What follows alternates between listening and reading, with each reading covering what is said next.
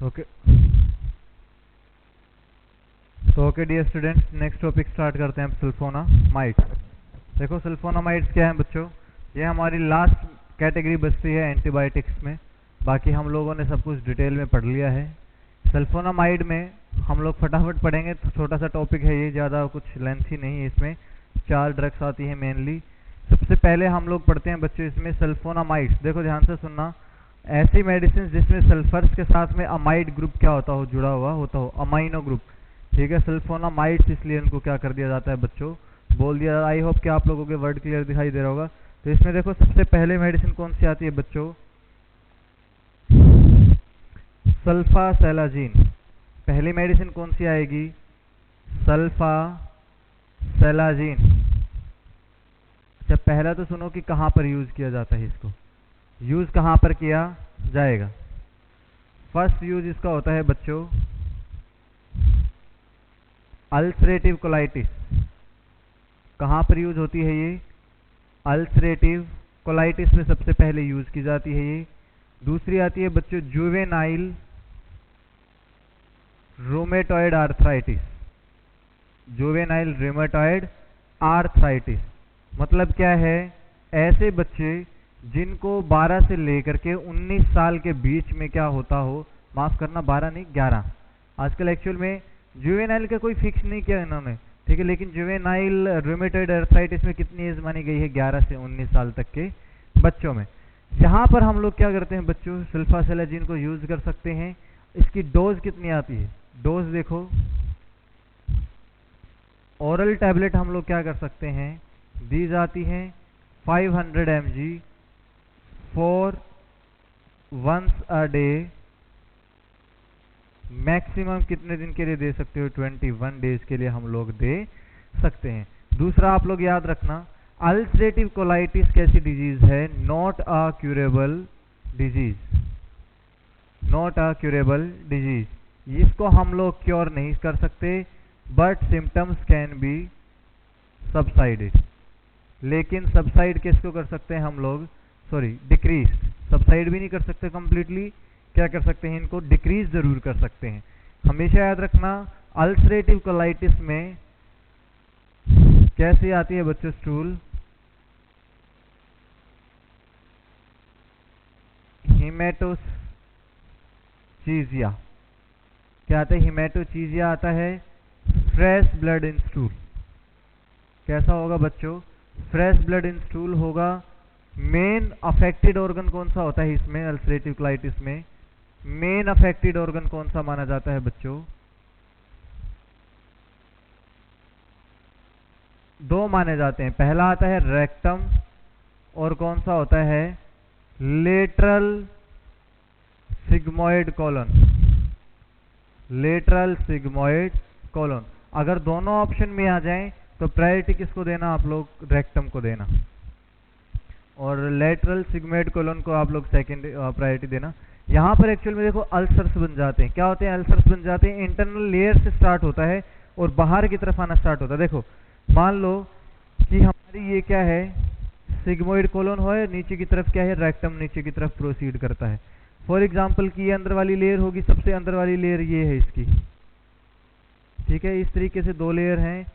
ये middle layer होगी, ये इंटरनल लेयर होगी, ये वाली, और ये वाली कौन सी लेयर होगी, मिडल लेयर। एक आती है बाहर वाली लेयर जो सबसे बाहर होगी। ऐसे ही यहाँ पर भी होगी बच्चों। अगर मैं आप लोगों से बात करता हूँ इस कंडीशन में कि जब इंटरनल लेयर जब डैमेज होगी, तो बताओ बच्चों, जब यहाँ से स्टूल नीचे की तरफ फ्लो करेगा, जो वेस्ट मटेरियल नीचे की तरफ जाएगा बच्चों, तो उस कंडीशन में क्या होगा, अब ये रप्चर हो चुकी है नीचे की तरफ, अब ये इसके साथ में क्या मिक्स हो जाएगा, ब्लड मिक्स होगा। तो बाहर की तरफ जब स्टूल आता है बच्चों, उसमें क्या मिक्स होता है, वहां पर ब्लड हमें मिलेगा। हीमेटोचीजिया उसको क्या कर दिया जाता है, बोला जाता है, फ्रेश ब्लड इन स्टूल। ठीक है बच्चों, अल्सरेटिव कोलाइटिस, ये देखो ध्यान से अगर देखता हो तो मैं थोड़ा ऊपर जाता हूँ, ये जो हमारा लोअर रीजन होता है जीआई ट्रैक का, ये जो लोअर रीजन होता है जीआई ट्रैक का, ऊपर की तरफ ये क्या करती है, फ्लो करती है ये ड्रग्स। मेनली किसको, सॉरी ये डिजीज किसको मेनली किसको अफेक्ट करती है, लोअर जीआई ट्रैक से लेकर के, लोअर जीआई ट्रैक से लेकर के कहाँ तक आती है ये, अपर जीआई ट्रैक पर। कहाँ पर आती है, अपर जीआई ट्रैक पर आती है। मेनली किसको अफेक्ट करती है? Mainly affect large colon. किसको अफेक्ट करती है बच्चों? लार्ज कोलन को अफेक्ट करेगी। इसलिए मैंने क्या बोला था यहाँ पर, मेन अफेक्टेड ऑर्गन कौन सा होता है? रेक्टम और लेटरल सिग्मोइड कोलन। लेटरल का मतलब क्या है कि देखो मान लो अगर सिग्मोइड कोलन आ रही है, ये कौन सा पार्ट होता है? इसका लेटरल पार्ट, ठीक है, लेटरल बोलो, या मैं बोल सकता हूँ प्रोक्सिमल टू रेक्टम। रेक्टम के क्या है? बिल्कुल पास में। देखो नीचे की तरफ क्या आती है? ये यहाँ पर रेक्टम आ रही है और ये आ रही है सिग्मोइड कोलन। मतलब किसके लेटरल है ये? Lateral to proximal to sigmoid colon, जो पास में है। सिग्मोइड कोलन किसके पास में है? रेक्टम के। इसलिए मैंने क्या बोल दिया? Proximal to rectum. कौन सी है? रेक्टम। लेटरल सिग्मोइड कोलन मतलब जिफॉइड प्रोसेस से तो क्या है? लेटरल होगी, दूर होगी सिग्मोइड कोलन। और अगर मैं लेटरल नहीं, डिस्टल बोलो, माफ करना, लेटरल नहीं, डिस्टल सिग्मोइड कोलन, जो हमारी जिफॉइड प्रोसेस से दूर है। या फिर मैं क्या बोल सकता हूं? Proximal sigmoid colon. अगर प्रोक्सिमल कहीं पर लिखा आता है तो मतलब पूछा जाता है बच्चों क्या? कि रेक्टम के पास में है ये, ठीक है। अगर डिस्टल पूछा जाता है तो मतलब जिफॉइड प्रोसेस से दूर पूछी गई है। यह आप लोग याद रखना। कहाँ कहाँ पर यूज किया जाता है? अल्सरेटिव कोलाइटिस और जुवेनाइल रेमेटोइड में क्या किया, रेमेटोइड आर्थराइटिस में क्या किया जाता है? इसको यूज किया जाता है। डोज कितनी आती है बच्चों? 500 mg आती है। 21 दिन तक हम लोग क्या करते हैं? इसको मेनली यूज करते हैं। नेक्स्ट आती है हमारी सल्फेक्टामाइड।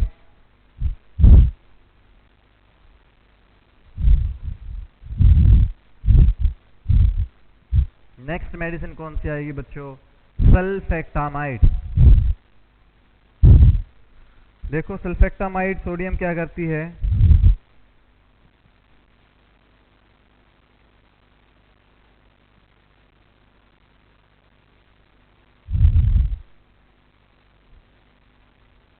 सल्फेक्टामाइड सोडियम की अगर मैं बात करता हूं, इसको सबसे पहले यूज किया कहां पर किया जाता है? ध्यान से सुनना।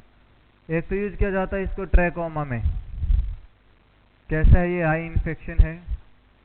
दूसरा अगर मैं आप लोगों से बात करता हूं, इसको कहां पर यूज किया जाता है? Bacterial infection of eye. Bacterial infection of eye. और बैक्टीरियल इन्फेक्शन ऑफ आई का मेन मेजर एग्जांपल क्या होता है बच्चों? कंजक्टिवाइटिस। वहां पर हम लोग क्या करते हैं? इसको यूज करते हैं। 10 ml की तो ड्रॉप्स आती है इसकी। ड्रॉप्स कितने ml की आती है? 10 ml की आती है। और 50 mg क्या होता है उसके पास? टोटल कंसंट्रेशन होती है। तो 1 ml is equal to 10 mg, माफ करना 5 mg। कितना हो गया? 5 mg हुआ। तो अगर डॉक्टर ने बोला कि 2 ml ड्रॉप्स, 2 ड्रॉप्स डालनी है, क्या करना है? 2 ड्रॉप्स डालना है। तो 2 ड्रॉप्स में 0.5 ml आता है। तो इसका मतलब 2.5 mg क्या करना है? ईच आई में डालना है। या आप लोग याद देखो यार, 2 ड्रॉप्स में 0.5 ml हुआ। 1 ml में कितना है? 5 mg। तो आधी ml में कितना होगा? 2.5 mg होगा। ये क्या करना हमें इसमें डालना है। अगर आप लोगों से सल्फेक्टामाइड सोडियम का मेन क्वेश्चन पूछा जाए तो कहाँ पर दिया जाता है बच्चों? इसको कंजक्टिवाइटिस में। सेकंड इन्फेक्शन आता है तो वो क्या करना आप लोगों को? ट्रैकोमा, उसको प्रायोरिटी देनी पड़ेगी। ये आप लोग मेन याद रखना। थर्ड आता है सिल्वर सल्फाडाइयाजीन। क्या आता है? सिल्वर सल्फाडाइयाजीन।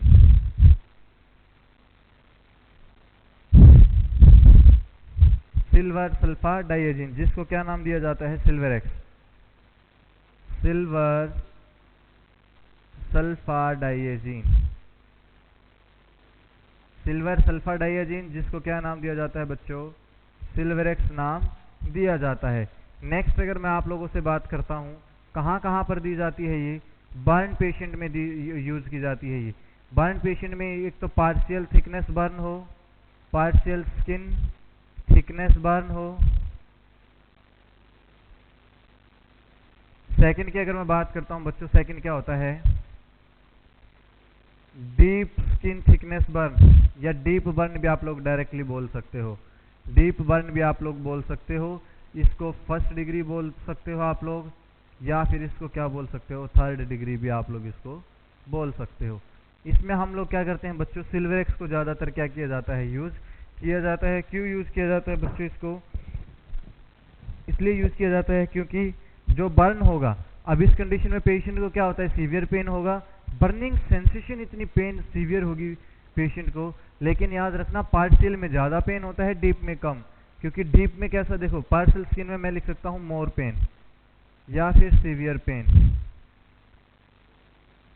इसमें क्या होगा, पार्शियल और no pain, no pain sensation. ऐसा क्यों होता है कि क्यों पेन सेंसेशन नहीं होंगी, due to damage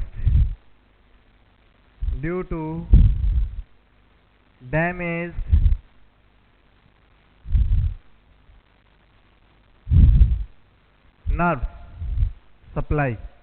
nerve supply क्या हो जाएगी बच्चों, वहां पर डैमेज हो जाएगी, इसलिए उस पेशेंट को कोई भी आप लोगों को पेन सेंसेशन देखने को नहीं मिलती है।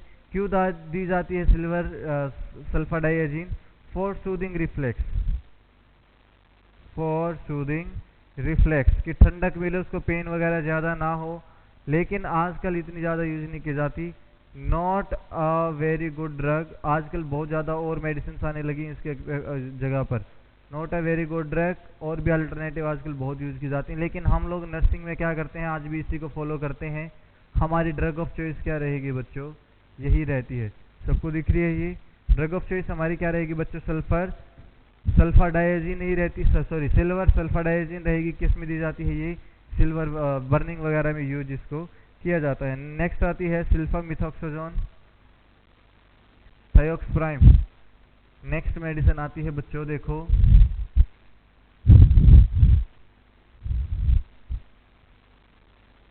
ये क्वेश्चन आप लोगों का पीआर यादव में भी दिया हुआ है, और जो आप लोगों की टारगेट हाई है उसकी थ्योरी में भी ये क्वेश्चन दिया हुआ है बच्चों। क्या दिया हुआ है, सल्फामिथॉक्सोजोल और थ्राइमिथोप्रिम। सल्फामिथॉक्सोजोल प्लस थायोमिथोप्रिम,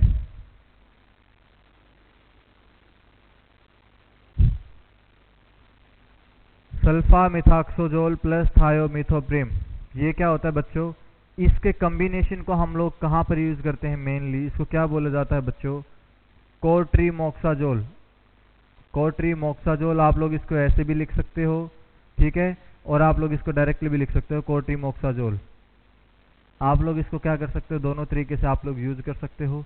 क्या बोला जाता है बच्चों, इसको सेप्ट्रान भी हम लोग बोल देते हैं। क्या बोलते हैं, सेप्ट्रान भी इसको बोल दिया जाता है। लेकिन याद रखना सल्फामिथॉक्सोजोल और थायोमिथोप्रिम को मेनली हम रेस्पिरेटरी डिजीज में भी हम लोग क्या कर सकते हैं, यूज कर सकते हैं। रेस्पिरेटरी डिजीज में कहाँ पर यूज किया जाता है बच्चों, इसको निमोनिया में हम लोग मेनली यूज इसको कर सकते हैं। ब्रोंकाइटिस की कंडीशन में भी हम लोग क्या कर सकते हैं बच्चों, इसको हम लोग यूज कर सकते हैं। एक्यूट ब्रोंकाइटिस होगा, क्रोनिक ब्रोंकाइटिस होगा, मतलब सीओपीडी की कंडीशन में भी हम लोग इसको क्या कर सकते हैं, मेनली यूज कर सकते हैं बच्चों, ठीक है। दूसरा अगर मैं आप लोगों को बोलता हूँ निमोनिया या ब्रोंकाइटिस यहीं पर कहीं पर दोनों आ जाए, तो यहाँ पर मेनली एक ड्रग और बोल दी जाती है, न्यूमोसिस्टाइटिस। न्यूमोसिस्टाइटिस में हम लोग क्या करते हैं, इसको मेनली यूज कर सकते हैं। एक और डिजीज आती है बच्चों हार्ट की, नोकार्डियसिस। नोकार्डियसिस में भी हम लोग इसको क्या करेंगे, यूज करते हैं। सेप्ट्रान को हम लोग मेनली कहाँ पर यूज करेंगे, निमोनिया, इसका एक ब्रांड और आता है सेप्ट्रान, ये वीक होती, थोड़ी स्ट्रॉन्ग होती है निमोनिया इन HIV पेशेंट। अगर आप लोगों से पूछ लिया जाएगा अगर निमोनिया अगर HIV पेशेंट में तो कौन सी मेडिसिन यूज की जाती है बच्चों, सेप्ट्रान। अच्छा, इस सेप्ट्रान को और कहाँ यूज किया जाता है, हार्ड एंड फ्लूइड फिल्ड पस वुंड। फ्लूइड फिल्ड, या मैं क्या बोल सकता हूँ, दूसरी लाइन लिखते हैं, सॉरी अच्छी लाइन नहीं है ये, wound filled with hard collagen and fluid, जिसमें फ्लूइड भी हो और हार्ड कोलेजन भी हो, कि नीचे से तो हार्ड है ऊपर से क्या फ्लूइड भरा हुआ है। वहां पर भी आप लोग क्या करते हो, सेप्ट्रॉन को क्रश करते हो और क्या करते हो, उस पर क्या लगा लेते हो, चारों तरफ से उसका लेप लगा लेते हो, जिससे क्या हो सकता है, वो ठीक हो सकता है। नेक्स्ट मेडिसिन आती है बच्चों सल्फाडॉक्सिन प्लस पायरामिथामाइन। सल्फाडॉक्सिन प्लस पायरामिथामाइन।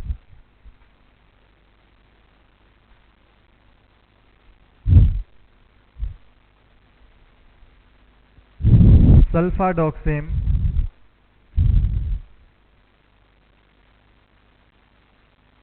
प्लस पैरामीथामाइन। देखो बच्चों, आप लोगों को एक हमेशा याद रखना, ये ड्रग ऑफ चॉइस मानी जाती है पहले मलेरिया फेल्सीपैरम। किसकी ड्रग ऑफ चॉइस मानी जाती है ये? मलेरियल फेल्सीपैरम, जो कि कैसा होता है बच्चों? जो किसको अफेक्ट करता है? Affect nervous system. किसको अफेक्ट करेगा बच्चों? ये नर्वस सिस्टम को क्या करता है? मेनली अफेक्ट करता है। मलेरियल फेल्सीपैरम की ड्रग ऑफ चॉइस है ये। और दूसरा कहाँ पर यूज किया जाता है बच्चों? इसको याद रखना आप लोग। मैंने डायरेक्ट यहाँ, मैं अगर आप लोगों को डायरेक्ट बोलता हूँ used in the treatment of malaria, वहां पर गलत हो जाएगा, क्योंकि मलेरिया में हम लोग और भी क्विनीन को यूज करते हैं, क्लोरोक्विनोन को यूज करते हैं, और दूसरा आर्टिसनेट इंजेक्शन को यूज करते हैं, ठीक है। लेकिन अगर कहीं पर पर्टिकुलरली अगर आप लोगों से कहीं पर पूछ लिया जाए मलेरियल फेल्सी, आपको दिख रहा है ना ये मलेरियल फेल्सीपैरम में हम लोग क्या करते हैं? इसको मेनली यूज करते हैं। वेट अ मिनट, मैं इसको क्लियर कर देता हूँ।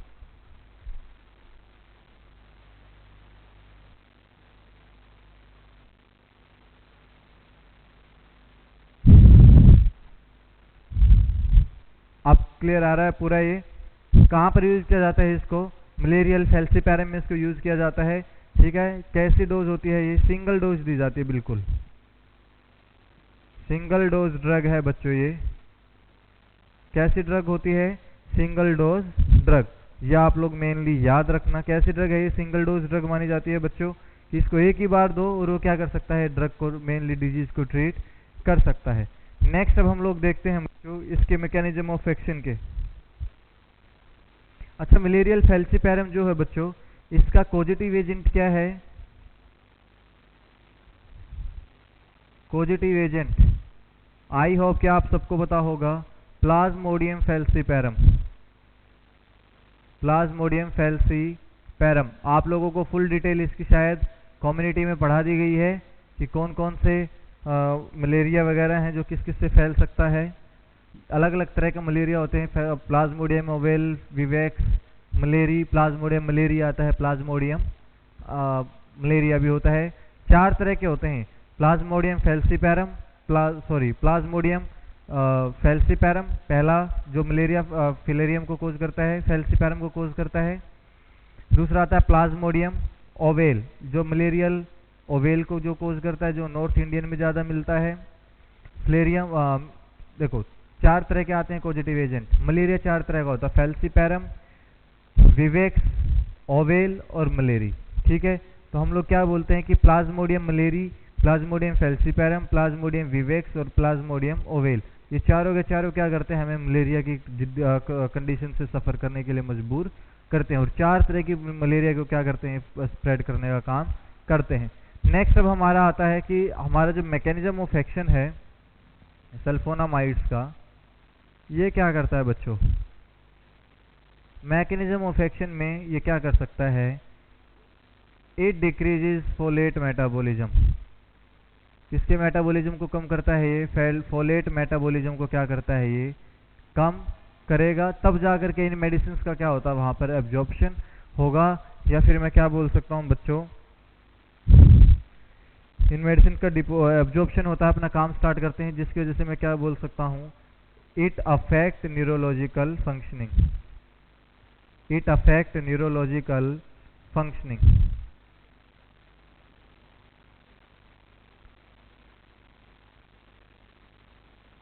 जो क्या करती है बच्चों? न्यूरोलॉजिकल फंक्शनिंग को अफेक्ट करती है। नेक्स्ट अगर मैं आप लोगों को बोलता हूँ कि साइड इफेक्ट क्या क्या आते हैं बच्चों, तो देखो पहला साइड इफेक्ट इसका आएगा हाइपर सेंसिटिविटी रिएक्शन।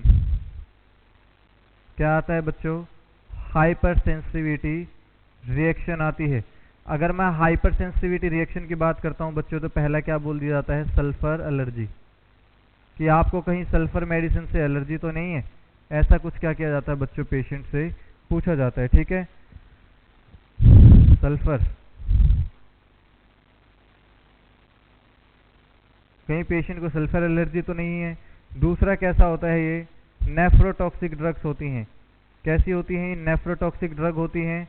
तो हम लोगों को क्या करना है? नर्सिंग मैनेजमेंट हमारा क्या रहेगा यहाँ पर? और मुझे पता है, मैं जैसे मैं जॉब करता था प्राइवेट में, उस टाइम पे मैंने देखा है कि वहाँ पर होता क्या है बच्चों, हॉस्पिटल्स के टाइम पे जब हमारी पोस्टिंग्स वगैरह लगती थी, वहाँ पर कोई केयर नहीं करता था कि क्या स्टाफ क्या कर रहा है क्या नहीं, उनको पता ही नहीं होता था कि नेफ्रोटॉक्सिक ड्रग भी होती हैं। तो हमारे इसमें नर्सिंग मैनेजमेंट में क्या आता है, इनटेक आउटपुट चार्ट। क्या करना पड़ेगा, इनटेक आउटपुट चार्ट को मेंटेन करना है कि कितना पेशेंट खा रहा है या पानी वानी पी रहा है और कितना उसका आउटपुट आ रहा है। दूसरा क्या आता है बच्चों इसके साथ में नर्सिंग मैनेजमेंट में,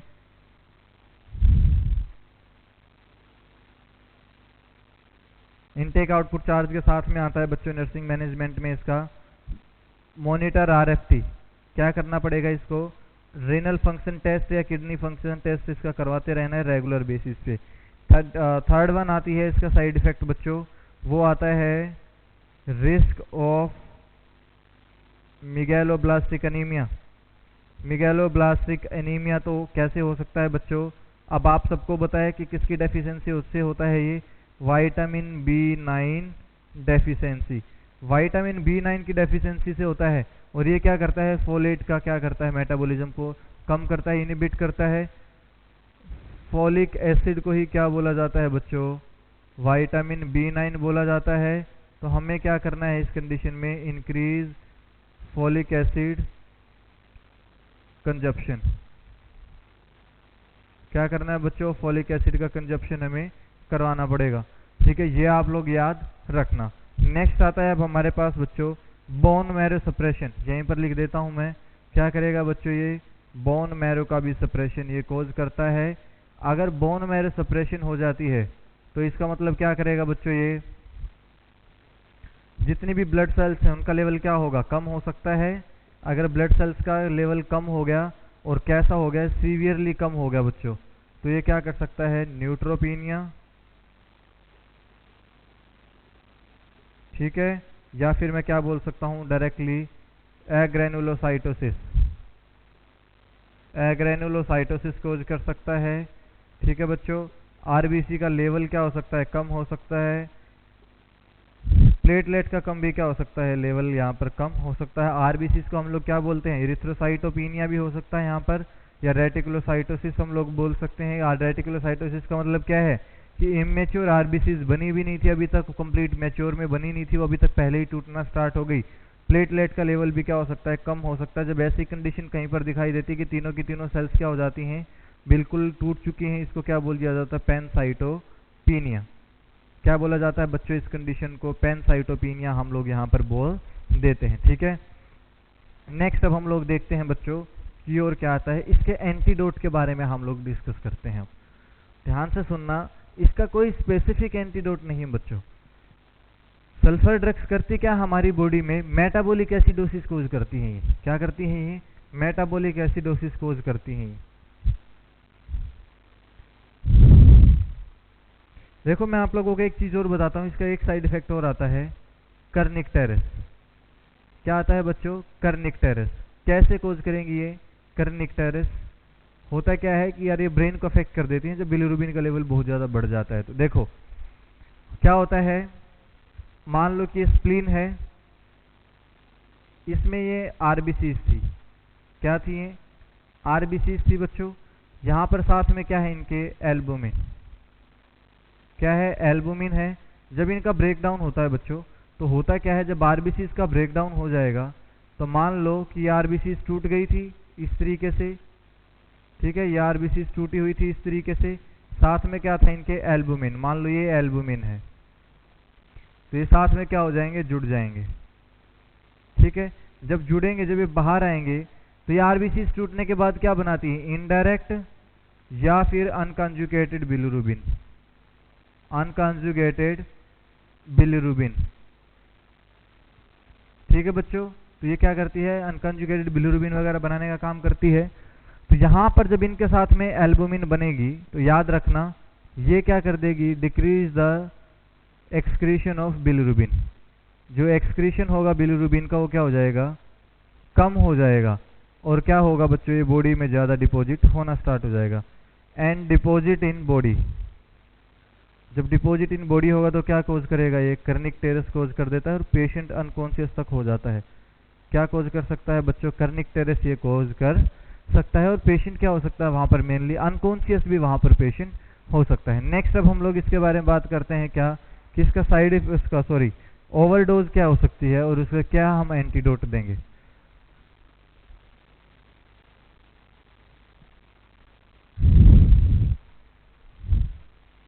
देखो एक मिनट रुको बच्चों, सॉरी मेरी डिस्प्ले गायब हो गई।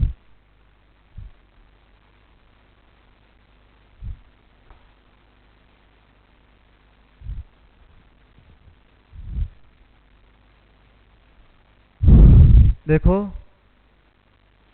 सल्फोनामाइड्स, अगर इसकी ओवरडोज ले ली जाए तो ये क्या कोज कर सकती है बच्चों, ओवरडोज। ओवरडोज कोज करेगी मेटाबॉलिक एसिडोसिस। क्यों? अगर इसने नेफ्रोटिक सिंड्रोम कोज कर दिया, क्या कर दिया, नेफ्रोज को डैमेज कर दिया, मतलब किडनी को डैमेज कर दिया। देखो किडनी के दो नाम होते हैं, रीनस और क्या होता है, नेफ्रोज। दो हम लोग नाम बोल सकते हैं किडनी के, नेफ्रोज और रीनल। मेटाबॉलिक एसिडोस कोज कर देगी। क्यों कोज करेगी? क्योंकि वहाँ पर क्रिएटिनिन का लेवल बढ़ जाएगा, ब्लड यूरिया नाइट्रोजिनस वेस्ट या फिर जो डायरेक्टली नाइट्रोजिनस वेस्ट है उसका लेवल बढ़ना स्टार्ट हो जाएगा, तो वहाँ पर मेटाबॉलिक एसिडोसिस कोज होगा, वहाँ पर लैक्टिक एसिड की सिंथेसिस बढ़ जाएगी। जब यहाँ पर आप लोगों को कुछ ऐसा दिखाई दे कि मेटाबॉलिक एसिडोसिस यहाँ पर होता है, तब वहाँ पर आप लोग क्या देते हो बच्चों, देखो इसका ट्रीटमेंट क्या आता है। हमेशा याद रखना कि जब एसिडोसिस की कंडीशन हो जाती है, मतलब क्या है, H+ आयंस क्या हो जाएंगे, इंक्रीज हो जाएंगे, और जो हमारे पास पीएच ऑफ ब्लड है, पीएच ऑफ ब्लड क्या हो जाता है, वो कम हो जाता है। ठीक है, तो क्या होता है बच्चों इस कंडीशन में, जब मेटाबॉलिक एसिडोसिस कंडीशन आएगी, यहाँ पर हम लोग क्या देते हैं, सोडियम बाइकार्बोनेट। क्या देंगे, सोडियम बाइकार्बोनेट, जिसका केमिकल फॉर्मूला क्या है, NaHCO3। ठीक है, प्लस में क्या दिया जाता है बच्चों, आईवी फ्लूइड हम लोग पेशेंट को देते हैं। क्या देते हैं हम लोग, मेनली आईवी फ्लूइड देंगे। अब याद रखना ये क्या है, मतलब इसका एक टाइप से एंटीडोट है, वैसे कोई स्पेसिफिक एंटीडोट नहीं है, लेकिन फिर भी हम लोग क्या ट्रीटमेंट देते हैं, सोडियम बाइकार्बोनेट दो और आईवी फ्लूइड दे दो। आईवी फ्लूइड में हम लोग दो दे सकते हैं, या तो RL दो, रिंगर लैक्टेट, इसको रिंगर लैक्टेट बोलते हैं हम लोग, ठीक है, या फिर हम लोग क्या बोल सकते हैं इसको, NS दो।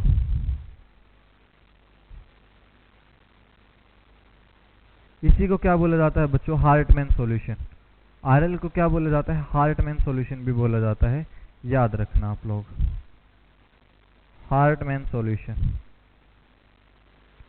और NS क्या होती है बच्चों, नॉर्मल सलाइन दे सकते हो। ये तो खाली क्या करेगा, इलेक्ट्रोलाइट बैलेंस करता है। क्या करेगा बच्चों, इलेक्ट्रोलाइट बैलेंस कर देगा। दूसरा अगर मैं आप लोगों से बात करता हूँ, ये क्या करता है, इसमें ग्लूकोज क्या होती है बच्चों, प्रेजेंट होती है, glucose is present. Glucose present होगी तो जो पेशेंट था उसको क्या करेगी, provide energy, provide energy to the patient. ये आप लोग याद रखना। NS भी कैसा है, आइसोटोनिक सॉल्यूशन होता है। कैसा सॉल्यूशन होता है बच्चों, आइसोटोनिक सॉल्यूशन होता है। और RL भी कैसी होती है, आइसोटोनिक सॉल्यूशन। अरे यार, आइसोटोनिक सॉल्यूशन से मुझे एक बात और याद आई, एमनियोटिक फ्लूइड, ये कैसा होता है, क्लियर लिक्विड हो सकता है या हल्का पेल कलर का हो सकता है, पेल येलो कलर का हो सकता है हल्का सा, और इसका पीएच कैसा होता है, एल्केलाइन। कैसा होता है बच्चों, एल्कोलाइन, एल्केलाइन मान सकते हो आप लोग। और जो इसका और कैसा होता है, ये आइसोटोनिक सॉल्यूशन, आइसोटोनिक सॉल्यूशन होता है। और पीएच एल्केलाइन होता है, 7.12 से लेकर के 7.35 तक रहता है। ये 7.2 से लेकर के 7.35 तक क्या रहता है, इसका पीएच रहता है, जो हमारा ऑलमोस्ट ब्लड का रहता है 7.35 मिनिमम। या आप लोग याद रखना बच्चों, ठीक है। ये हमारा किसका होता है, एमनियोटिक फ्लूइड वगैरह का भी पीएच होता है। ये क्या हो गया आप लोगों के सल्फोनामाइड्स यहाँ पर खत्म हुए। नेक्स्ट अब हम लोग बात करते हैं बच्चों कौन सी मेडिसिन की। नेक्स्ट हमारे पास आती है मलेरियल ट्रीटमेंट। कौन सी आती है बच्चों, मलेरियल ट्रीटमेंट, ठीक है।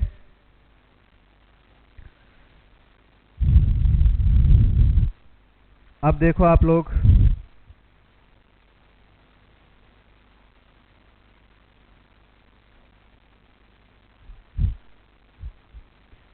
अब हम लोग देखते हैं मलेरियल ट्रीटमेंट के बारे में।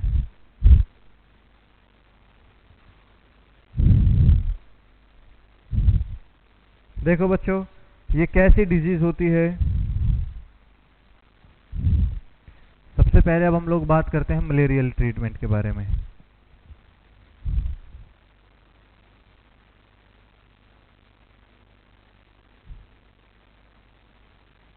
अच्छा, मलेरियल ट्रीटमेंट। मलेरिया क्या है? एक फीवर है। ध्यान देना, इसकी कुछ एक चीजें लिख लो। Malarial is a mosquito disease. कैसी डिजीज होती है ये? मच्छर की डिजीज होती है ये। मतलब जब हमें बाइट करता है मॉस्किटो, तब हम लोग क्या करते हैं, मॉस्किटो जब काटता है तो हमें क्या होता है? मलेरिया। और हमारे घरों में देखो क्या होता है, मलेरिया की रात भर क्या करेंगे, मच्छर को चला कर रखते हैं हम लोग। सॉरी, मच्छर मारने वाली क्या होती है, ऑल आउट हो गई, गुड नाइट हो गई, चला करके रखते हैं। सुबह होते ही जैसे मच्छर भाग जाते हैं ना, हम लोग क्या करते हैं, बंद कर देते हैं। भाई ऐसे बंद नहीं करना होता है उसको, 24 घंटे के लिए यूज़ करनी चाहिए। अगर हम लोग ऐसी चीज़ों को यूज़ करते हैं, मच्छर को हमें कह के थोड़ी आएगा कि आज मैं रात को आऊँगा, मैं आपको काट के जाऊँगा। ठीक है, ऐसा नहीं होता। तो डे नाइट आप लोग क्या कर सकते हो, उसको यूज़ कर सकते हो। ठीक है। नेक्स्ट अगर मैं आप लोगों को बोलता हूँ, एक ऐसी कंट्री भी है जो मलेरिया से फ्री है। एक ऐसी कंट्री भी है जो क्या है, मलेरिया से फ्री है। वो कौन सी है? France is free from malaria. किससे फ्री हो गई है बच्चों? वो मलेरिया से फ्री हो गई है। नेक्स्ट अब आप लोग देखो बच्चों, क्या होता है, इंडिया में सबसे ज्यादा मलेरिया की डिजीज मिलती है। प्लाज्मोडियम विवेक्स और प्लाज्मोडियम फेल्सीपैरम, ये दो मेन ऑर्गेनिज्म जो हमारे क्या करते हैं, मलेरियल विवेक्स और मलेरियल फेल्सीपैरम। हम लोग क्या करते हैं, हमें हमेशा बोला जाता है डॉक्टर की पीवीपीएफ टेस्ट करवाओ जी। आप क्या बोला जाता है बच्चों? पीवीपीएफ। तो हम लोग क्या करते हैं, वो पीवीपीएफ का मतलब क्या है? प्लाज्मोडियम विवेक्स और प्लाज्मोडियम फेल्सीपैरम। ध्यान से देखना, अगर मैं आप लोगों को बोलता हूँ कि मलेरियल ट्रीटमेंट में मलेरिया किसके काटने से होता है, देखो बच्चों, पॉजिटिव एजेंट की अगर मैं आप लोगों से बात करता हूँ, फीमेल एनोफेलिस एडीज मच्छर। ठीक है, ये कौन सा होता है? मॉस्किटो। फीमेल अगर कहीं पर वर्ड आ जाए तो इसका मतलब याद रखना किसको कोज करेगा, ये मलेरिया को कोज करता है। डेंगू की अगर मैं बात करता हूं बच्चों, वहां पर कौन सा आ जाता है? मेल एनोफेलिस एडीज मच्छर। ठीक है, एडीज की स्पेलिंग ठीक कर लो, एज लिख दिया। एडीज मच्छर के काटने से क्या होता है? डेंगू होता है। इसी को क्या बोला जाता है? Tiger mosquito. टाइगर मॉस्किटो भी किसको बोला जाता है? सॉरी, डेंगू को नहीं बोला जाता। मेल एनोफिलिस मॉस्किटो को क्या बोला जाता है बच्चों? टाइगर मॉस्किटो इसको बोला जाता है। ठीक है। दूसरा अगर मैं आप लोगों से बात करता हूं बच्चों, और क्या होता है मेल एनोफिलिस बाइट से? मैंने अभी आप लोगों को बताया था, चिकनगुनिया भी होता है बच्चों। इससे क्या कोज करता है ये? चिकनगुनिया भी कोज करता है। टाइगर बाइट अच्छा कब काटता है? डे टाइम में बाइट करता है, बाइट एट डे टाइम। ठीक है, ये मेल एनोफिलिस एडिस क्या करता है? Bite at day time. लेकिन जो फीमेल एनोफिलिस एडिस मच्छर होती है वो कब करती है? Bite at day time. कब बाइट करेगी बच्चों? ये डे टाइम में बाइट करती है, कि रात को क्या करेगी? ये काटने का काम करती है। ये आप लोग याद रखना। ठीक है, ये सॉरी रात को, डे टाइम नहीं, नाइट टाइम। ये रात को काटने का काम करती है, और जो मेल मच्छर होता है वो दिन में काटने का काम करता है। तो आप लोगों के पास जो मच्छर मारने की जो दवाइयाँ होती हैं, दिन रात उसको क्या करना है? यूज करना है। अब देखो बच्चों की होता क्या है,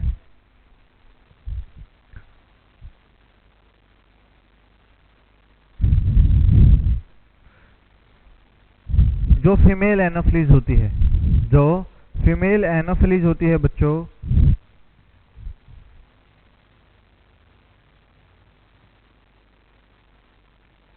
ये क्या करती है? देखो ध्यान से देखना, ये क्या करती है? डर्टी वाटर, ठीक है, स्टेगनेंट वाटर, जो बारिश का पानी खड़ा होता है वहां पर क्या मिलती है? ये मिलता है ये मच्छर। ये क्या करता है? रात को काटता है ये, बाइट एट नाइट टाइम। ठीक है, और क्या कोज कर देता है? Cerebral oedema. मतलब सेरिब्रम में क्या कर देगा? एडिमा करेगा। अगर ऐसा कहीं पर लिखा हुआ दिखाई दे सेरिब्रल एडिमा, तो इसका मतलब क्या है? प्लाज्मोडियम फैल्सीपैरम का क्या हो गया, हमें इन्फेक्शन हो गया है। प्लाज्मोडियम फैल्सीपैरम का क्या हो गया बच्चों, इन्फेक्शन हो गया है। दूसरा, अगर मैं आप लोगों को बात बोलता हूँ प्लाज्मोडियम फैल्सीपैरम है, तो इसका मतलब क्या है, ये प्लाज्मोडियम का मतलब क्या होता है, जिसके पैर हों। ठीक है बच्चों, पैर होते हैं इसके। एक आर्थ्रोपोड्स को भी बोला जाता है, जिसके क्या होते हैं, पैर होते हैं। प्लाज्मोडियम एक स्पीसीज होती है बच्चों मच्छर की। ठीक है, क्या होती है ये, स्पीसीज होती है।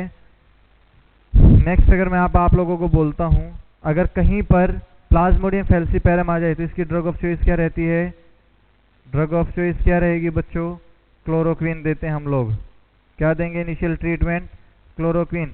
अगर कहीं पर प्लाज्मोडियम विवेक्स आ जाए, अगर कहीं पर आप लोगों से प्लाज्मोडियम विवेक्स पूछ लिया जाता है, वहां पर भी क्या आती है इसकी ड्रग ऑफ चॉइस, क्लोरोक्विन आती है। ये आप लोग याद रखना। हमारे इंडिया में क्या है, पीवीपीएफ का क्या करवाया जाता है बच्चों, एक टेस्ट करवाया जाता है। क्या करवाया जाता है, टेस्ट करवाया जाता है। देखो, मान लो ये क्या है, हमारे पास एक किट है। ठीक है, यहां पर क्या होता है, एक ड्रॉपर होता है, एक एरिया होता है, साइट होती है जहां पर ब्लड को क्या कर दिया जाता है, ड्रॉप कर दिया जाता है। इसके बीच में इस तरीके से कुछ क्या रहती है, दो लाइनें दिखाई जाती हैं। एक होता है सी कंट्रोल लाइन, एक होता है टी टारगेट लाइन या टेस्ट लाइन। देखो बच्चों, ध्यान से सुनना। अब होता क्या है, मान लो कि हमने यहाँ पर क्या किया है, ब्लड की ड्रॉप गिराई। क्या की, यहाँ पर ब्लड की ड्रॉप गिराई। ठीक है, गिराई तो इसको हम लोग क्या करते हैं, 5 से 15 मिनट के लिए रख देते हैं। 5 से 15 मिनट के लिए रख देते हैं। ध्यान से सुनना, अगर अगली ट्यूब में देखो, जब यहाँ पर रिजल्ट आता है, अगर ये क्या थी, ये कंट्रोल लाइन थी, ये टी लाइन थी। ठीक है बच्चों, अगर अभी तक टी लाइन अपीयर नहीं हुई है, क्या नहीं हुई है, टी लाइन अपीयर नहीं हुई, सिर्फ सी लाइन अपीयर हुई, मतलब कंट्रोल में है, तो टेस्ट कैसा होता है, नेगेटिव। टेस्ट कैसा होगा बच्चों, नेगेटिव होगा।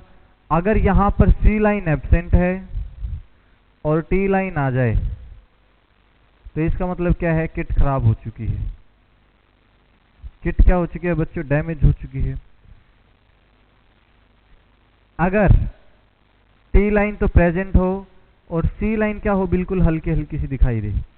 सी लाइन क्या हो बच्चों, हमें हल्की हल्की दिखाई दे, इसका मतलब क्या है कि इन्फेक्शन अभी बॉडी में अच्छे से नहीं हुआ है।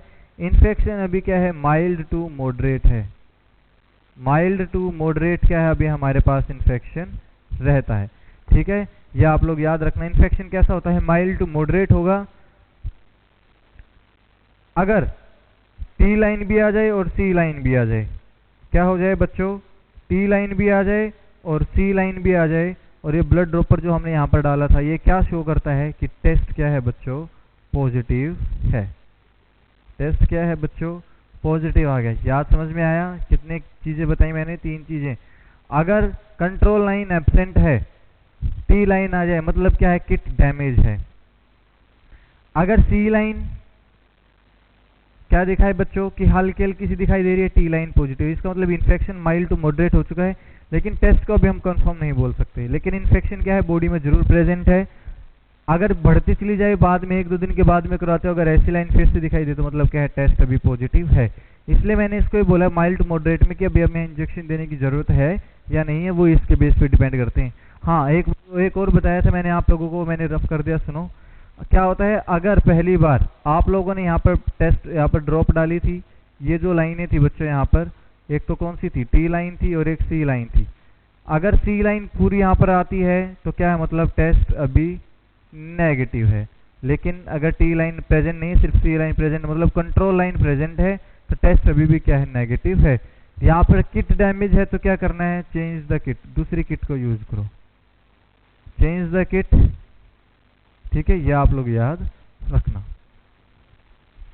नेक्स्ट अब हम देखते हैं बच्चों, larva of mosquito. Larva of mosquito के बारे में देखते हैं अब हम लोग कि क्या होगा।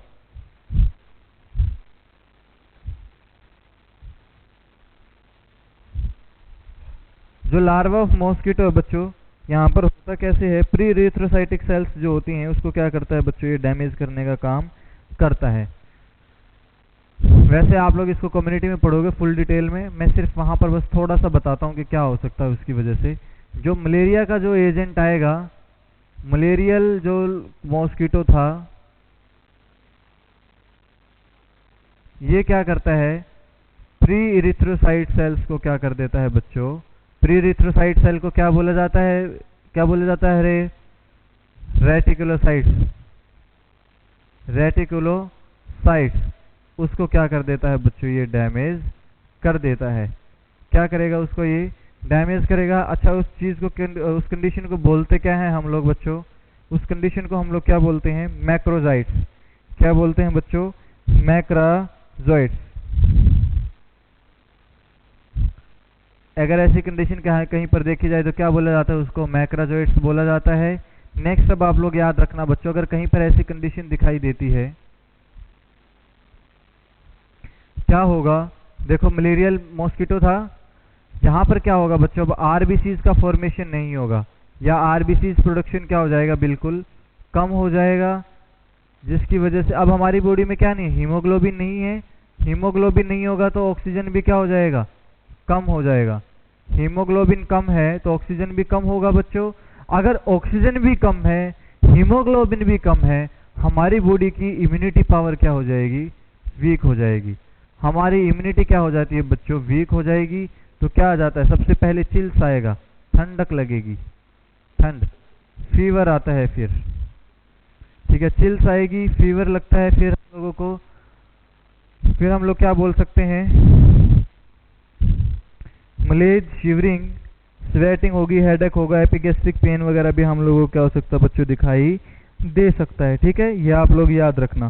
क्या क्या होता है बच्चों, फीवर, चिल्स, अरे नहीं इसको नहीं, ऐसे नहीं लिखना भाई, पहले फीवर लिखो, पहले फीवर, फिर चिल्स, फिर मलेज की थकावट जैसा बच्चे को फील होता है, फिर क्या आती है, स्वेटिंग होगी, फिर फीवर आ जाता है,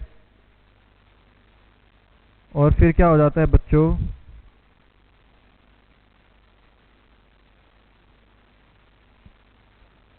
फीवर, चिल्स, मलेज, स्वेटिंग, फीवर, और फिर आता है एपिगैस्ट्रिक पेन। क्या आएगा बच्चों, एपिगैस्ट्रिक पेन भी हम लोगों को वहां पर दिखाई देगा। ठीक है, ये क्या होता है बच्चों हमारे पास कि इस तरीके के क्या होते हैं, साइन सिम्टम्स दिखाई देते हैं। इस तरह की कंडीशंस को क्या बोला जाता है बच्चों, हम लोग क्या बोल सकते हैं इसको,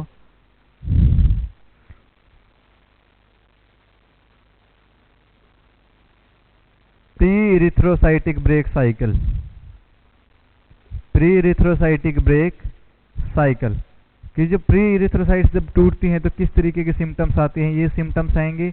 याद रखना, आप लोगों से कहीं पर अगर कहीं पर ऐसा कुछ लिखा हुआ पूछ लिया जाए, देखो ध्यान से सुनना, आप लोगों से पूछ लिया जाता है causative agent of malaria,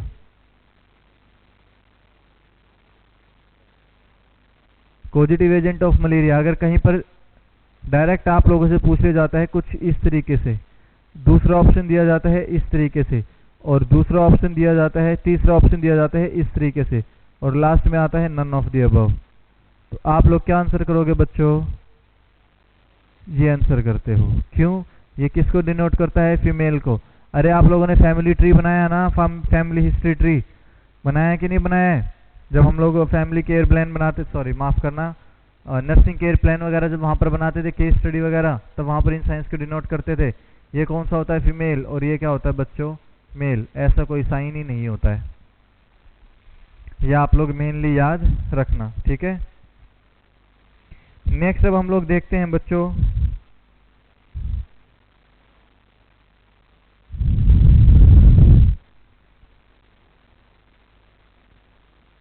sample technique, sample कैसे लेना है आप लोगों को, देखो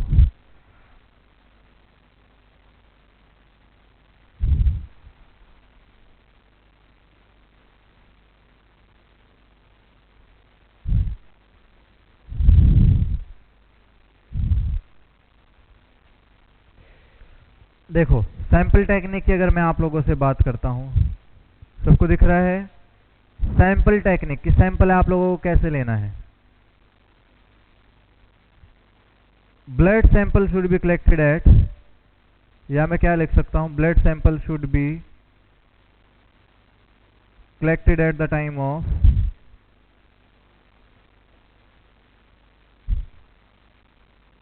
blood sample should be collected at the time of high spike fever या हाई फीवर स्पाइक। जब फीवर क्या हो, बहुत ज़्यादा हो, तभी हम लोगों को क्या करना है, सैंपल लेना है।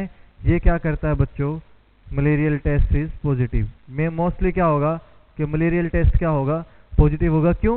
क्योंकि इस टाइम पर हम लोगों को क्या होता है कि फीवर मतलब मॉस्किटो क्या होगा, वहाँ पर उसका लार्वा भी होगा, मतलब उसका इन्फेक्शन भी प्रेजेंट होता है, या मैं क्या बोल सकता हूँ वहाँ पर उसके लार्वा के साथ साथ में जो एंटीजन बना था वो भी मिलेगा, और वहाँ पर जो उसने कोलोनाइजेशन के लिए जो स्पोर्ट्स वगैरह इकट्ठे किए थे, ये तीनों के तीनों क्या रहते हैं, वहाँ पर बढ़े हुए दिखाई देते हैं। अगर मलेरियल टेस्ट क्या दिखाए, अगर मलेरियल टेस्ट नेगेटिव भी आ जाए तो it doesn't mean that test is negative. इसका मतलब ये नहीं है कि टेस्ट क्या है, नेगेटिव है। क्या पता आपने सैंपल कब लिया हो, क्या पता, हमें कोई गारंटी थोड़ी है। क्या पता सैंपल जब लिया हो जब फीवर कम हो, क्या हो, फीवर कम हो। It doesn't mean that test is negative. It may be blood sampling is done at the time of no fever. Blood sampling is done at the time of no fever, जब patient को कोई भी fever ना हो। क्या पता तब हम लोगों ने क्या किया हो, सैंपल लिया हो। ठीक है, तो हम लोगों को क्या करना है, जब फीवर हाई हो तभी हम लोगों को क्या करना है, लेना है। जब ब्लड फीवर, जब पेशेंट को फीवर नहीं है, मतलब हमने उसको मेडिसिन वगैरह देती, तो इसका मतलब क्या होगा, वहाँ पर स्पोर्ट्स में बी एब्सेंट। तो इस कंडीशन में क्या हो जाता है, स्पोर्ट्स एब्सेंट हो जाएंगे और हम लोग क्या बोल देंगे कि टेस्ट नेगेटिव है। थोड़ी देर के बाद फिर से फीवर आ जाएगा, फिर से स्पोर्ट्स की फॉर्मेशन हो जाएगी, और वहाँ पर फिर से टेस्ट क्या आ सकता है बच्चों, पॉजिटिव आ सकता है। तो हमेशा कब लेना है हमें ब्लड सैंपल, जब क्या होता है हाई फीवर स्पाइक हमें देखने को मिलता है, तभी हम लोगों को क्या लेना है, सैंपल वगैरह वहाँ पर लेना होता है। ट्रीटमेंट की अगर हम लोग बात करते हैं, ध्यान से सुनना बच्चों, अब ध्यान से बिल्कुल, कि अगर कहीं पर किसी को विवेक्स का इन्फेक्शन है, क्या है, प्लाज्मोडियम विवेक्स, उसका ट्रीटमेंट कैसा होता है। सैंपल टेक्निक सबको समझ में आई कि कैसे लेना है। नेक्स्ट हम लोग बात करते हैं बच्चों, अगर किसी को प्लाज्मोडियम विवेक्स का इन्फेक्शन हुआ है, क्या हुआ है बच्चों, प्लाज्मोडियम विवेक्स का अगर किसी को इन्फेक्शन हुआ है तो उसका ट्रीटमेंट कैसे होगा। प्लाज्मोडियम विवेक्स का ट्रीटमेंट कैसे होगा, देखो बच्चों, यहाँ पर हम लोग क्या करते हैं बच्चों, क्लोरोक्विन को 3 दिन के लिए दिया जाता है। क्या किया जाता है बच्चों, 3 दिन के लिए किया जाता है। देखो यहाँ पर क्या दिया जाता है, मैंने आप लोगों को पहले ही बोला है, क्या दिया जाएगा, क्लोरोक्विन। क्या दिया जाता है बच्चों, क्लोरोक्विन हम लोग पेशेंट को क्या करते हैं, वहां पर देते हैं। तो क्या किया जाता है वहां पर, देखो कितना दिया जाता है बच्चों, 600 mg फॉर 3 डेज। 3 दिन के लिए क्या किया जाएगा वहां पर, उसको ये टैबलेट दी जाती हैं। ध्यान देना, 3 टैबलेट्स, क्या करना हमें, 3 टैबलेट नहीं, क्या करते हैं हम लोग, 300 mg एट स्टार्टिंग में ही क्या करना है, 300 mg क्या कर देना है, पेशेंट जब हॉस्पिटल में आता है तभी दे दो, जब पॉजिटिव क्या आ जाता है, रिजल्ट आ जाए। उसी के बाद क्या करना है, 300 mg आफ्टर 6 आवर्स। ये जो 600 mg हम लोग, देखो क्या करना है, पहले क्या करना है, 300 mg तो क्या करना है, स्टैट पे दे दिया। जैसे ही पेशेंट हॉस्पिटल में आया तभी हम लोगों ने क्या कर दिया, दे दिया। ठीक है बच्चों,